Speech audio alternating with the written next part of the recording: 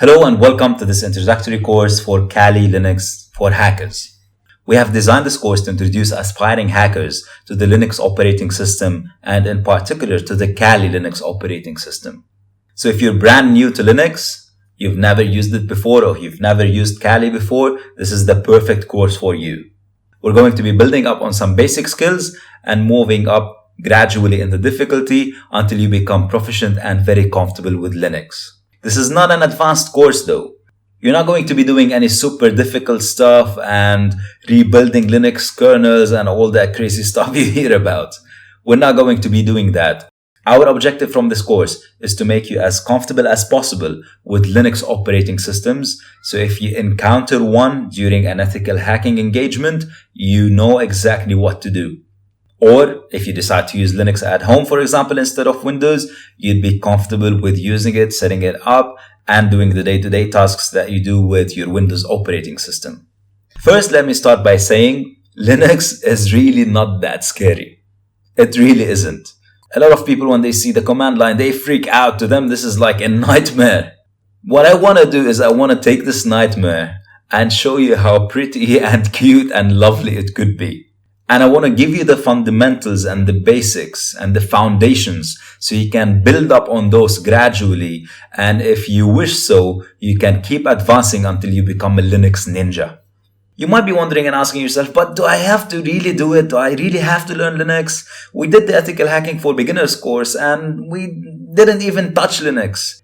The only way we got exposed to it was when we hacked into it towards the end of the course and we broke into the Metasploitable machine. So do I really need to learn? Yes. And here's why. Most hacking tools are Linux based.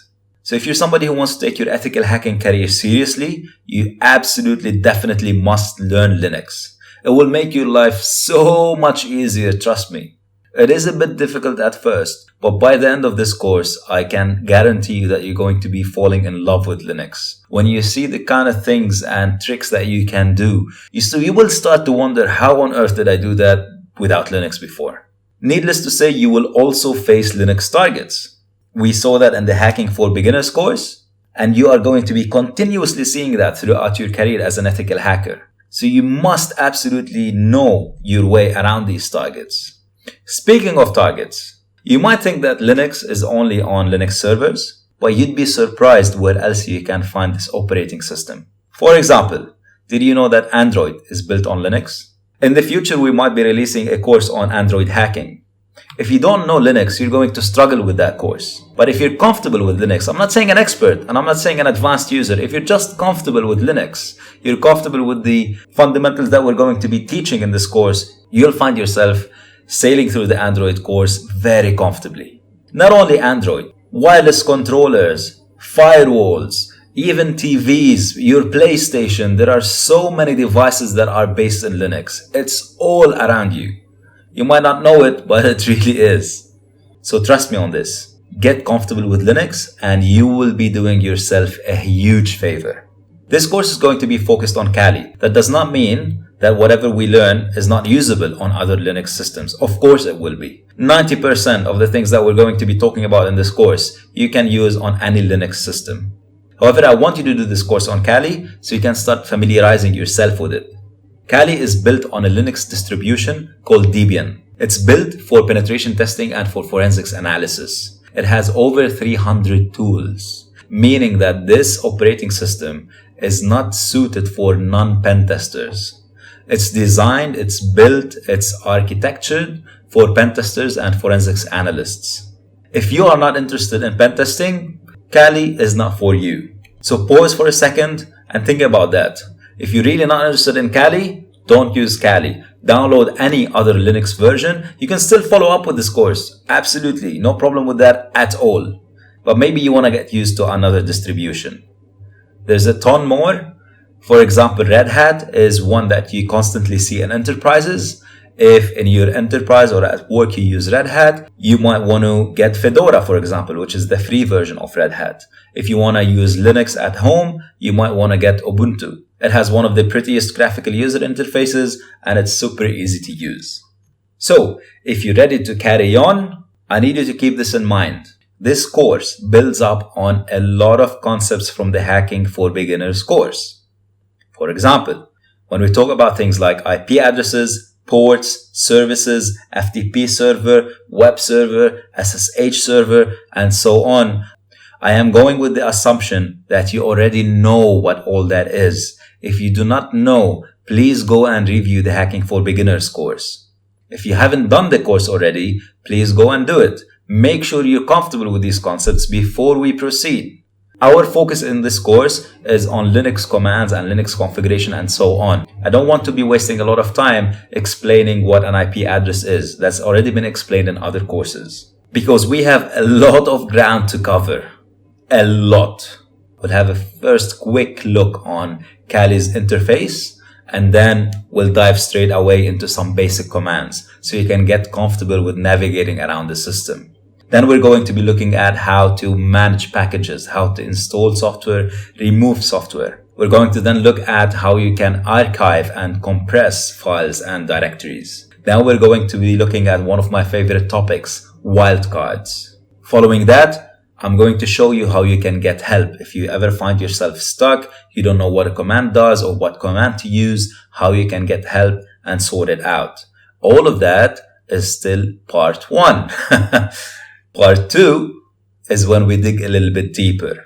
We'll start with something light and I'll introduce you to a text editing tool called Nano. Then we're going to be looking at some basic network configuration. Following that, we'll start having some fun with configuring services such as SSH, web service, and so on. You'll be turning your Linux box into a web server and an SSH server. Then we'll look at users and groups and how we can control those and the permissions around them.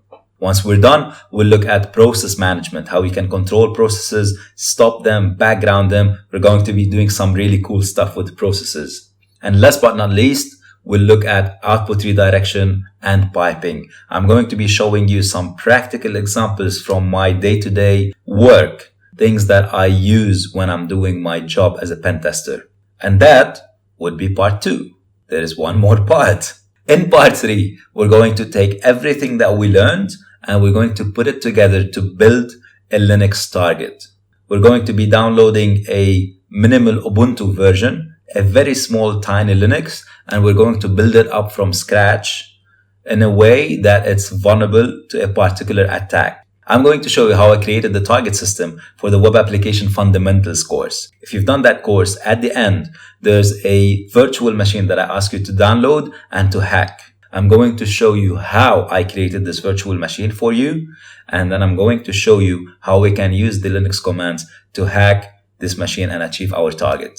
Before we move into the next section, this is a slide that is quite unique to this course. This is the post-exploitation slide. Whenever you see this slide in any section, this is a note or a slide that tells you how you can use the information presented in that particular section after you compromise a host to expand your control. In other words, if you are in an ethical hacking engagement and you come across a Linux system that you manage to successfully get into, you compromise that Linux machine. Compromising it is not the end of the story. There's a lot more that can be done after you compromise the machine. Because normally, you would compromise the machine, but if the system administrator is a bit switched on, you wouldn't be able to get access as root straight away. You will get access as a low privileged user. And you will need to do some homework. You need to do some digging around to be able to find a vulnerability through which you can escalate your privileges and become root and take full control over your system. To do that, you're going to be needing some of the techniques that I'm going to be explaining in this course. So whenever you see the post-exploitation slide, pay special attention to it because it will give you some tips and tricks that you can use after you compromise a Linux host. Here's the setup that I'd like you to do before we get started. We're going to download and install Kali on a virtual machine. We've seen this before in other courses. We know what a virtual machine is and we know how to set it up. If you've not seen this before, a virtual machine emulates the functionality of a computer system. It's as if you have a separate physical computer.